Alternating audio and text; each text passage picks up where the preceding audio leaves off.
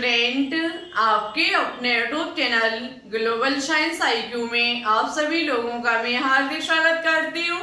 इसी के साथ साथ आप सभी लोगों को गुड इवनिंग। तो जैसा कि आप सभी लोगों ने थंबनेल में देख ही लिया होगा, मैं दिशा यादव आज आपके लिए केमिस्ट्री का मॉक टेस्ट नंबर 11 लेकर के आई हूँ, जिसमें आज हम आपको रासायनिक बंधन केमिकल बॉन्डिंग से बनने वाले top previous year questions solve करवाने वाली हूँ। सभी क्वेश्चंस आपके मेडिकल एग्जाम के लिए बहुत ही इंपॉर्टेंट एंड कीमती क्वेश्चन है। और हम आपको बता देती हूँ कि आज का जो हमारा क्वेश्चन नंबर है वो है 6। इससे पहले टॉप 5 क्वेश्चंस हम आपको पिछले मॉक टेस्ट में सॉल्व करवा चुकी हूँ। यदि अभी तक आपने उस क्लास को नहीं देखा है तो सबसे पहले प्लेलिस्ट में जाकर के देख लीजिए। और स्टूडेंट्स, आप सभी लोगों से कहना है कि यदि अभी तक आपने 1 से लेकर के 10 तक के एक भी मॉक टेस्ट को नहीं देखा है तो सबसे पहले अच्छे से उनको क्लियर कर लीजिए। बहुत ही अच्छे खासे हमने क्वेश्चंस वहां पर सॉल्व कराए हैं, ऐसे क्वेश्चंस जो कि आपके एग्जाम में जरूरी हेल्प करेंगे। हर एक क्वेश्चन को डिटेल से बताया है। जो क्वेश्चंस कहने का मतलब है ऐसे भी कुछ स्टूडेंट्स हैं जिन्होंने टॉपिक को क्लियर नहीं किया है, उनको भी हमने अच्छे से सॉल्व कराने की कोशिश की है। तो सभी मॉक टेस्ट को अच्छे से देख लीजिए। चलिए टाइम ना वेस्ट करते हुए बात करते अपनी आज की क्लास पर।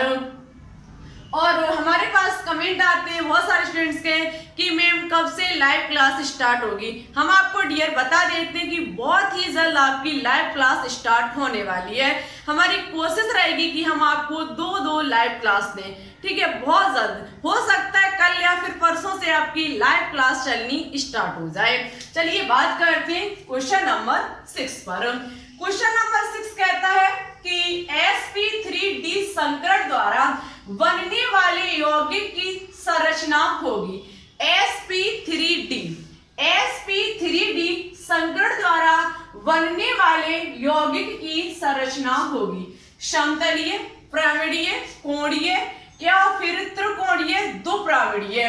तो देखो स्टूडेंट्स, याद रखना sp3d संकरण द्वारा बनने वाले यौगिक की जो संरचना होगी वो होगी त्रिकोणीय द्विप्रमिडीय, त्रिकोणीय द्विप्रमिडीय। अब हमारे प्यारे प्यारे स्टूडेंट्स को sp, sp2, sp3, sp3d और sp3d2 का कौन कौन सा संकरण बनता है आज के कमेंट बॉक्स में कमेंट करके बताना होगा।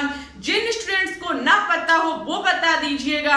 हमारी कोशिश रहेगी कि हम आपको नेक्स्ट क्लास में उस चीज को अच्छे से क्लियर करा दें।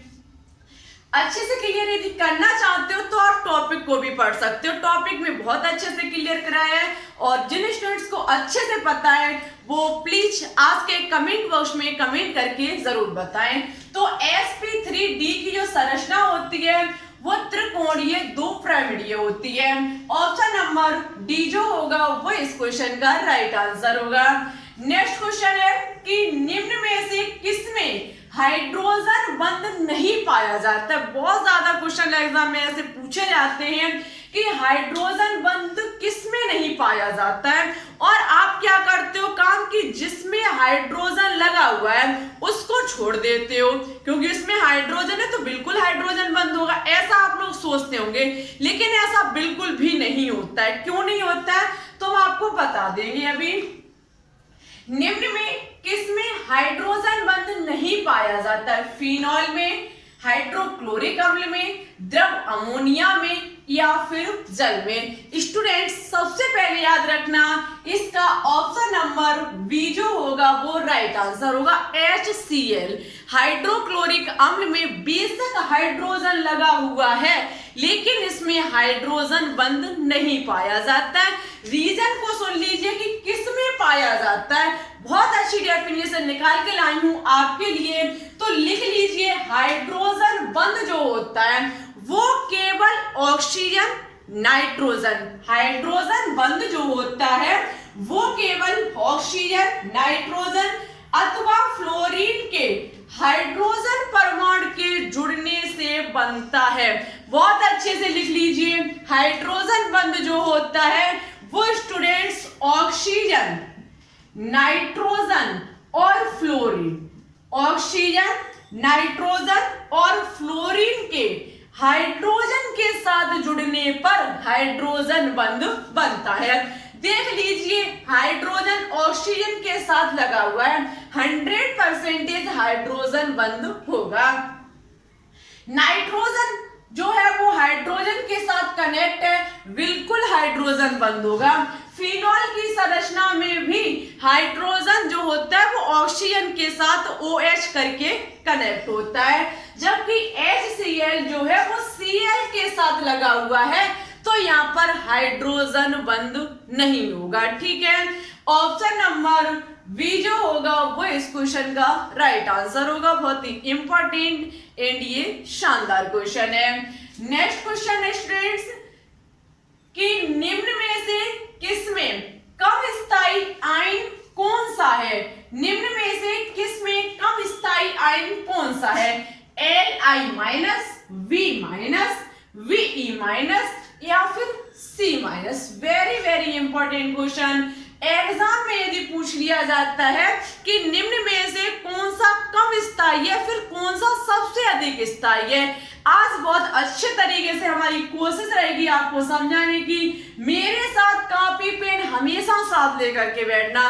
केमिस्ट्री एक ऐसा सब्जेक्ट है जिसमें जब तक पेन नहीं चलेगी चीज समझ में नहीं आएगी। ठीक है, पेन हमेशा चलनी चाहिए और पेन से ज्यादा आपका माइंड एक्टिव होना चाहिए। माइंड जितना एक्टिव होगा केमिस्ट्री का एक एक पॉइंट आपके समझ में आएगा। हमने ये सुना है कि फिजिक्स, केमिस्ट्री और बायोलॉजी में यदि सबसे डिफिकल्ट सब्जेक्ट स्टूडेंट्स को लगता है वो केमिस्ट्री होती है, लेकिन मेरी मानी जाए तो केमिस्ट्री एक्टिव होने के लिए, कहने का मतलब है आपके माइंड को एक्टिव बनाने के लिए होती है। जितना आपको केमिस्ट्री पसंद होगी समझ लीजिएगा आपका माइंड बहुत एक्टिव होगा। जितना माइंड को एक्टिव रखोगे केमिस्ट्री उतनी अच्छी आपके समझ में आएगी। हमेशा फ्रेश माइंड में केमिस्ट्री पढ़िए। 2 दिन से आपकी क्लास नहीं है, हम बिजी थे थोड़ा। ठीक है, आप लोग ये मत समझना कि क्लास गैपिंग हो जाती है। देखो घर में थोड़ा प्रोग्राम था, प्रोग्राम होने पर स्टूडेंट्स हम कैसे क्लास ला पाते, नहीं ला पाते। ठीक है, तो इसलिए उसके लिए सॉरी। अब क्लास कोशिश रहेगी रेगुलर डालने की, तो और लाइव क्लास चलने लगेगी फिर तो हम रेगुलर 100% डालेंगे। ठीक है, एक दिन ऐसा कर लेंगे कि इवनिंग में तो मॉक टेस्ट डेली ही डलेगा, लेकिन टॉपिक वाला जो होगा वो एक दिन छोड़ के चलाएंगे। ठीक है, जैसे कि आज डाल दिया तो कल नहीं डालेंगे, परसों डाल दिया तो उसके नेक्स्ट डे नहीं डालेंगे। एक दिन छोड़ के टॉपिक चलाएंगे लाइव में और आपका मॉक टेस्ट तो डेली चलेगा लाइव में। ठीक है, तो देखो अब हम अपने क्वेश्चन पर बात करेंगे कि निम्न में से किसमें कम स्थायी आयन है। ऐसा करने के लिए सबसे पहले आप सभी के इलेक्ट्रॉनिक विन्यास कर लीजिए। जैसे कि Li माइनस का करेंगे हम सबसे पहले। Li माइनस का जब हम करेंगे तो Li लिथियम होता है, परमाणु क्रमांक 3 होता है और स्टूडेंट्स माइनस चार्ज है, तो माइनस कब हुआ होगा? जब इसने इलेक्ट्रॉन को ग्रहण किया होगा। तो 4 की जगह कितने हो जाएंगे? 4 हो जाएंगे। इलेक्ट्रॉनिक विन्यास 1s2 2s2। ठीक है, वैसे तो इसका इलेक्ट्रॉनिक विन्यास 1s2 2s1 होता, लिथियम 3 होता है परमाणु क्रमांक, माइनस साइन लगा हुआ है तो एक इलेक्ट्रॉन को ग्रहण किया, 3 की जगह 4 हो जाएंगे। इलेक्ट्रॉनिक विन्यास 1s2 2s2 हो जाएगा। इसी प्रकार से आगे है आपका V माइनस। ठीक है, अब जो आपका B माइनस होता है इसका परमाणु क्रमांक 5 होता है, माइनस साइन लगा हुआ है तो इसने एक इलेक्ट्रॉन को ग्रहण किया होगा। इलेक्ट्रॉनिक विन्यास 1s2 2s2 2p2, यही तो होगा 1s2 2s2 2p2। 5 के लिए 1 हो जाता है, इलेक्ट्रॉन को ग्रहण किया 2 हो गया। उसके बाद हमारा Ve है, Ve माइनस। Ve का जो परमाणु क्रमांक होता है वो होता है स्टूडेंट्स 4। Ve का जो परमाणु क्रमांक होता है वो होता है 4। एक इलेक्ट्रॉन माइनस चार्ज लगा हुआ है तो एक इलेक्ट्रॉन को ग्रहण किया। इलेक्ट्रॉनिक विन्यास 1s2 2s2 2p1। ठीक है, आप कहोगे कि ये क्या, इसका क्या होगा? तो अभी देखना इसका क्या होगा, बहुत अच्छी ट्रिक है ये। इसका क्या होगा? तो उसके बाद है C माइनस। ठीक है, परमाणु क्रमांक 6 होता है, 7 हो जाएगा, इलेक्ट्रॉन को ग्रहण किया, 1s2 2s2 2p3। स्टूडेंट्स गौर करने वाली एक चीज आप इसके सामने नजर मुझे आ रही है कि यदि ये एक Li माइनस जो है इसके बाह्यतम कक्ष वाले सबसेल को देखा जाए, बाह्यतम कक्ष में कौन सा सबसेल है? एस सबसेल है। एस सबसेल पर कितने इलेक्ट्रॉन होते हैं? 2 इलेक्ट्रॉन पाए जाते हैं। एस सबसेल पर अधिकतम 2 इलेक्ट्रॉन को ही रखा जाता है, आपको पता होना चाहिए। स्टूडेंट्स Li माइनस के बाह्यतम कक्ष का सबसेल पूर्ण रूप से भरा हुआ है। कैसा है? पूर्ण रूप से भरा हुआ है। यहाँ पर देखा जाए तो B माइनस का अंतिम कोष बाहरी कक्ष का जो सबसेल है वो है P सबसेल। उसके ऊपरी कक्ष पर कितने इलेक्ट्रॉन अधिकतम भरे जा सकते हैं? सबसेल पर P सबसेल पर देखो हम यहाँ पर लिख देते हैं, कंफ्यूज बिल्कुल मत होना, हमारे साथ रहोगे तो हर चीज को अच्छे से समझोगे। S पर 2 और P पर 6, D पर 10, F पर 14। A सबसेल पर अधिकतम 2 इलेक्ट्रॉन भरे जा सकते हैं, P सबसेल पर अधिकतम 6 इलेक्ट्रॉन भरे जा सकते हैं, D सबसेल पर अधिकतम 10 इलेक्ट्रॉन भरे जा सकते हैं, F सबसेल पर अधिकतम 14 इलेक्ट्रॉन भरे जा सकते हैं।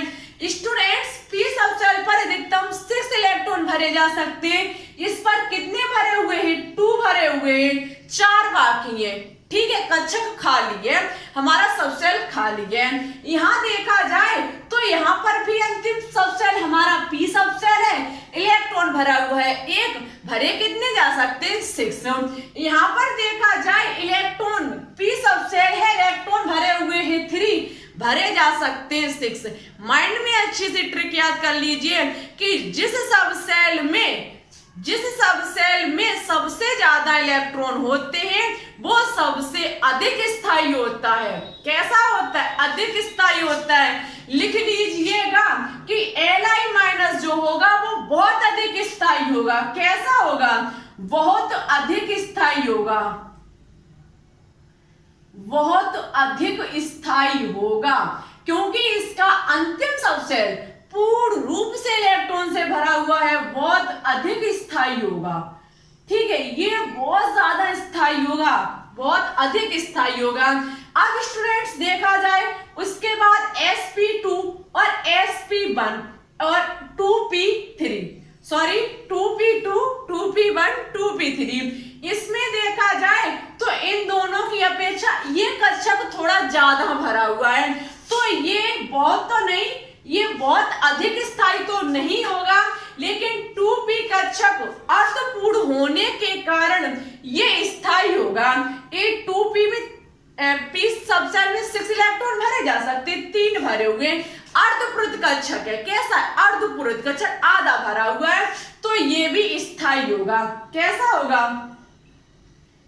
और इन दोनों की बात की जाए तो ये थोड़ा बहुत कम, जो हमारा ये वाला होगा वो कम स्थायी होगा।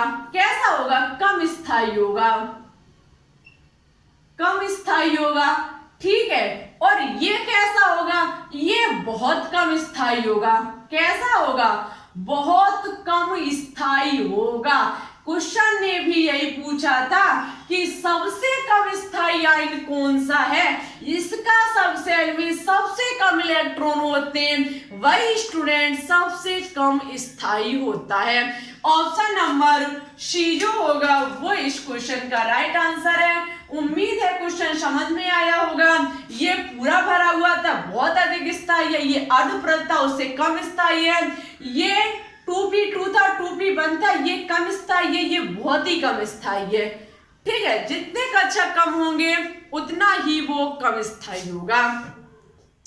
सी जो होगा वो राइट आंसर होगा। नेक्स्ट क्वेश्चन है कि ClF3 की संरचना में केंद्रीय धातु परमाणु Cl पर एकाकी युग्म, एकाकी युग्म का मतलब होता है लोन पेयर, इलेक्ट्रॉन की संख्या है। क्वेश्चन बहुत इंपॉर्टेंट है, कितनी अच्छे से लिखा हुआ है कि ClF3 की संरचना में केंद्रीय धातु परमाणु Cl पर एकाकी युग्म इलेक्ट्रॉन की संख्या है। आपको केंद्रीय धातु परमाणु दिया गया है Cl और क्या कही गई है कि ClF3 में Cl केंद्रीय धातु परमाणु है और यहाँ पर संरचना है, ठीक है। केंद्रीय धातु परमाणु पर एकाकी ClF3 की संरचना कैसे बनाओगे? वायतम कक्ष में होते 7 electron, 1 electron, 2 electron, 3 electron, 4 electron. 4 electron को रखने के बाद इनका जोड़ा बनना स्टार्ट होता है। 5 इलेक्ट्रॉन,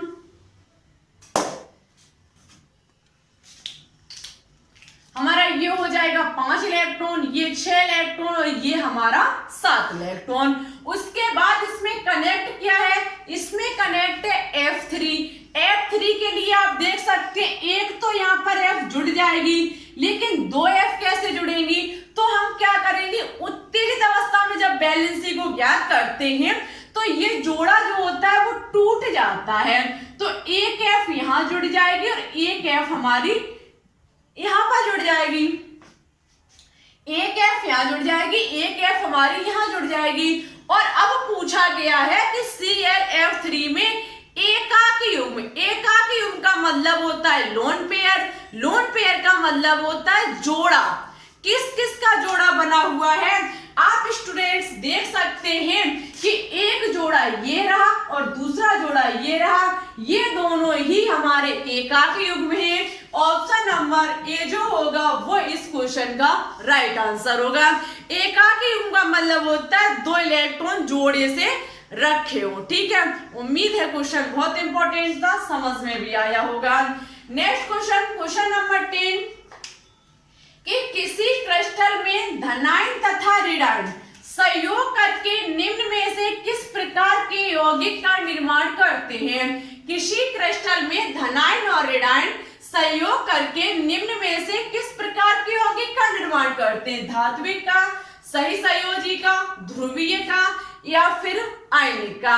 बहुत इजी क्वेश्चन है ये। तो जब धनायन और ऋणायन बन करके कोई बंधन का निर्माण करते हैं वो होता है हमारा आयनिक बंधन, जहां पर एक धातु होता है दूसरा अधातु होता है, एक इलेक्ट्रॉन को दान करता है तो दूसरा ग्रहण करता है। बनने वाला बंध जो होता है वो आयनिक बंध होता है। उम्मीद है क्वेश्चन सभी अच्छे से क्लियर हुए होंगे।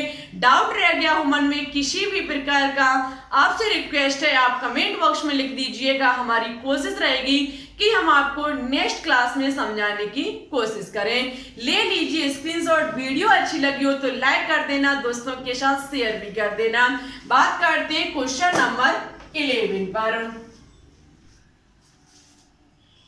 चलिए तो अब हम बात करते हैं क्वेश्चन नंबर 11 पर। क्वेश्चन नंबर 11 है कि 2 समान अधात्विक परमाणुओं के मध्य बनने में उपस्थित इलेक्ट्रॉन युग्म, 2 समान अधात्विक परमाणुओं के मध्य बंध में उपस्थित इलेक्ट्रॉन युग्म दोनों परमाणुओं के मध्य असमान रूप से साझित रहता है। या फिर बी का ऑप्शन कहता है कि किसी एक परमाणु से दूसरे परमाणु पर पूर्ण रूप से स्थानांतरित हो जाता है, या फिर अपना स्वतंत्र चक्रण रखता है, या फिर दोनों परमाणुओं के मध्य समान रूप से साझित रहता है। क्वेश्चन कितना इंपॉर्टेंट है कि 2 समान अधात्विक परमाणुओं के मध्य बने बंध में उपस्थित इलेक्ट्रॉन युग्म जो होते हैं वो दोनों परमाणुओं के मध्य समान रूप से साझित रहते हैं। यदि हमारा कोई ए इलेक्ट्रॉन है, दूसरा नहीं सॉरी कोई एक हमारा ए परमाणु है, कोई हमारा दूसरा बी परमाणु है, यदि ये आपस में समान इलेक्ट्रॉन का स्थानांतरण करते हैं, यदि ये जैसे कि एक हमारा ए परमाणु, ये हमारा बी परमाणु, इसके पास एक इलेक्ट्रॉन, इसके पास भी एक इलेक्ट्रॉन, समान इलेक्ट्रॉन होने पर ये अष्टक पूर्ण करने के लिए यदि इलेक्ट्रॉन की साझेदारी करते हैं तो ये इस पर भी इलेक्ट्रॉन, ये इसका भी इलेक्ट्रॉन हो जाएगा और ये वाला इलेक्ट्रॉन इसका भी हो जाएगा। कहने का मतलब है बंधन बना लेते हैं। जैसे कि दोस्त है आपका कोई, ठीक है, उससे आपने यदि दोस्ती की तो बहुत सारे ऐसे दोस्त होते हैं जो बिल्कुल जो उनके पास है, कहने का मतलब वो ये सोचते हैं कि जो मेरा है वो मेरे दोस्त का भी है, ठीक है। कुछ ऐसे भी फ्रेंड होते हैं। तो उसी प्रकार से यदि इस दोनों के बीच दोस्ती हो गई तो ये सोचता है कि ये वाला इलेक्ट्रॉन यदि मेरा है तो मेरे दोस्त का भी है, ये वाला कहता है यदि ये मेरा इलेक्ट्रॉन है तो ये मेरा दोस्त का भी है। इलेक्ट्रॉन दूसरे से साझित हो जाते, इलेक्ट्रॉन युग्म बना लेते हैं। स्टूडेंट्स, ये परमाणु के मध्य समान रूप से साझित रहते हैं। साझित का मतलब होता है कि इलेक्ट्रॉन की शेयरिंग, ठीक है, इलेक्ट्रॉन को साझित करके रखते हैं। कभी ऐसा नहीं होता है कि या तो इसी के पास सब चले जाए या फिर इसी के पास। ऐसा तब होगा जब बॉन्ड फ्यूजन होगी, रिएक्शन आगे बढ़ेगी, तब ऐसा होगा। ऑप्शन नंबर डी जो होगा वो इस क्वेश्चन का राइट आंसर होगा। नेक्स्ट क्वेश्चन है कि निम्न में से किसमें सही संयोजक बंध पाया जाता है। निम्न में से किसमें सही संयोजक बंध पाया जाता है। NaCl नमक में, जिसे सोडियम क्लोराइड कहा जाता है, मैग्नीशियम क्लोराइड में, जल में या फिर पीतल में। स्टूडेंट्स याद रखना, जो आपका सही संयोजक बंध होता है वो जल में पाया जाता है। ऑप्शन नंबर सी जो होगा वो इस क्वेश्चन का राइट आंसर होगा। NaCl और MgCl की बात की जाए तो इन दोनों में आयनिक बंध पाया जाता है। लिख लीजिएगा, इन दोनों में आयनिक बंध पाया जाता है और पीतल में जो होता है वो धात्विक बंध पाया जाता है। ठीक है, इसमें धात्विक बंध पाया जाता है। ये इलेक्ट्रॉन का दान करता है, ये ग्रहण करता है। दान और ग्रहण करने पर बनने वाला बंध जो होता है वो आयनिक बंध होता है। ये भी एक इलेक्ट्रॉन का दान करता है, ये एक को ग्रहण करता है। बनने वाला बंध जो होता है वो आयनिक बंध होता है। जब एक दाता दूसरा ग्राही होता है वहां पर आयनिक बंध बनता है। नेक्स्ट क्वेश्चन कहता है कि सल्फ्यूरिक अम्ल में होता है, कहने का मतलब है H2SO4 में कौन सा बंध होता है। उप सही संयोजक बंध, सही संयोजक तथा उप सही संयोजक बंध, असही संयोजक बंध या फिर इनमें से कोई नहीं। याद रखना, सल्फ्यूरिक अम्ल में सही संयोजक तथा उप सही संयोजक दोनों ही बंध पाए जाते हैं। सही संयोजक और उप सही संयोजक दोनों प्रकार के बंध पाए जाते हैं किसमें, आपके सल्फ्यूरिक अम्ल में।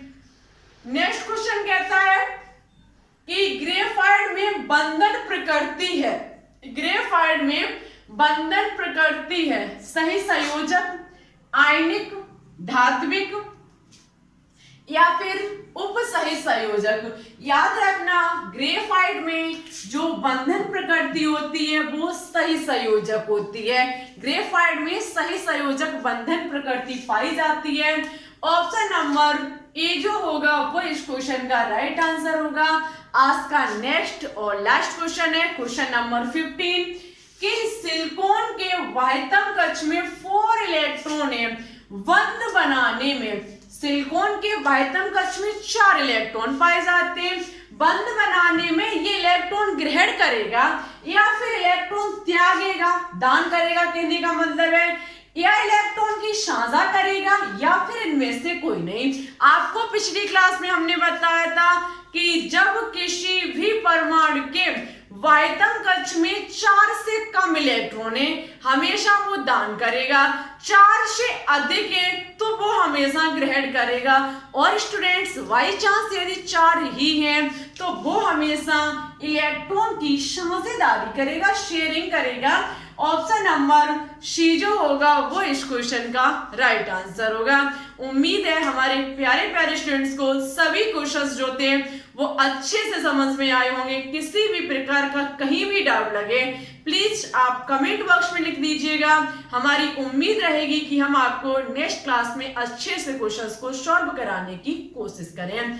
रासायनिक बंधन से बचे हुए टॉप एमसीक्यू जो होंगे कोशिश रहेगी कि हम लाइव क्लास में लेकर के आए। यदि कल से स्टार्ट हो गया, यदि यूट्यूब की तरफ से लाइव क्लास का ऑप्शन यदि खोल दिया गया, अभी फिलहाल खोला नहीं गया है, आपको पता है कम्युनिटी टैब हमारी आ चुकी है, यदि ये भी खुल गया तो प्रॉमिस करती हूँ कल आपकी लाइव क्लास लेकर के आऊंगी और शेष क्वेश्चंस को हम लाइव क्लास में ही करवाएंगे। ठीक है, क्लास कैसी लगी कमेंट बॉक्स में कमेंट करके जरूर बताएं। अच्छी लगे तो लाइक कीजिएगा, दोस्तों के साथ शेयर कीजिएगा। और सबसे पहले मॉक टेस्ट नंबर 10 में दिए गए क्वेश्चन का जो आंसर दिया है, सबसे पहले क्वेश्चन को समझ लेते हैं। क्वेश्चन था हमारा कि N2 अणु में बंध बनाने वाले इलेक्ट्रॉन की संख्या है। आपका क्वेश्चन था कि N2 में बंध बनाने वाले इलेक्ट्रॉन की संख्या है। आपको इलेक्ट्रॉनिक विन्यास पता है, इसका होता है 1s2 2s2 2p3। यही तो इसका इलेक्ट्रॉनिक विन्यास होता है, 1s2 2s2 2p3। इसके बाह्यतम कक्ष में कितने इलेक्ट्रॉन है? 5 इलेक्ट्रॉन। क्यों? क्योंकि इसका बाह्यतम कक्ष 2p2 का दूसरा कक्ष है, दूसरा एनर्जी लेवल है p और इसमें इलेक्ट्रॉन कितने? 5 इलेक्ट्रॉन। एक नाइट्रोजन के बाह्यतम कक्ष में 5 इलेक्ट्रॉन, 1 इलेक्ट्रॉन 2 इलेक्ट्रॉन 3 इलेक्ट्रॉन और ये चौथा इलेक्ट्रॉन 2n2 है, तो एक भी ऐसा ही होगा। ठीक है, तो स्टूडेंट्स यहाँ पर क्या होगा, हम कर लेंगे कि ये जोड़ा बना हुआ है वो इसका जोड़ा हम बना देंगे। कहने का मतलब है ये मेरे 5 इलेक्ट्रॉन हो गए, ये इसके साथ इलेक्ट्रॉन साझेदारी करेगा, ये इसके साथ करेगा, ये इसके साथ करेगा। इलेक्ट्रॉन की जो साझेदारी हुई है वो 6 की हुई है, एक इसकी इसके साथ, तीसरे की चौथे के साथ, पांचवी की छठे के साथ। जो स्टूडेंट शेयरिंग हुई है इलेक्ट्रॉनों की बंध बनाने में, इलेक्ट्रॉनों की जो संख्या लगी हुई है वो 6 लगी हुई है। और ऑप्शन नंबर इसका जो था वो सी आंसर था। इसका जो आंसर दिया है वो 1 मिनट रुकिएगा, हम वो नोटबुक उठाकर लाते हैं जिसमें हमने नाम नोट डाउन किए हैं। जो आंसर दिए हैं वो दिए हैं इमरान अहमद, आरजू शर्मा और आकांक्षा चौरसिया। इन 3 स्टूडेंट्स ने बिल्कुल अच्छे से और कहने का मतलब है बिल्कुल राइट आंसर दिया। बहुत अच्छा लगा, और भी स्टूडेंट्स ने दिया लेकिन उनका गलत था। कोई बात नहीं, गलती नहीं करोगे तब तक सुधार भी नहीं होगा। लेकिन अब उम्मीद है क्वेश्चन समझ में आया होगा। डाउट रह गया हो किसी भी प्रकार का मन में तो आप बता दीजिएगा, हम आपको नेक्स्ट क्लास में समझाने की कोशिश करेंगे। आज जो क्वेश्चन दिया है उसका भी आंसर कमेंट बॉक्स में बताएं, ना पता हो तो बता दीजिएगा, हम आपको नेक्स्ट क्लास में समझाने की कोशिश करूंगी। वीडियो अच्छी लगी हो तो प्लीज आपसे हाथ जोड़ करके रिक्वेस्ट है, एक लाइक और एक दोस्त के साथ शेयर जरूर करें, एक सब्सक्राइब को बढ़ाएं और जल्द से जल्द हमारे 2K सब्सक्राइब कंप्लीट होंगे। ये चैनल हमें बहुत ऊंचाई पर ले जाना है। ठीक है, हमारा परिवार जितना बड़ा होगा उसमें पढ़ने में उतना ही मजा आएगा। चलिए चलते हैं, आज के लिए इतना ही। और साथ ही साथ हमारे टेलीग्राम चैनल और ग्रुप को भी ज्वाइन कर लीजिए। टेलीग्राम चैनल पर हम PDF सेंड करते रहते हैं, तो लिंक दोनों की नीचे डिस्क्रिप्शन में डली हुई है। चलिए चलते, बताइएगा जरूर क्लास लगी कैसी। अपना ख्याल रखिएगा, अच्छे से स्टडी करिएगा। Thanks for watching this video. जय हिंद, जय भारत, ऑल द बेस्ट।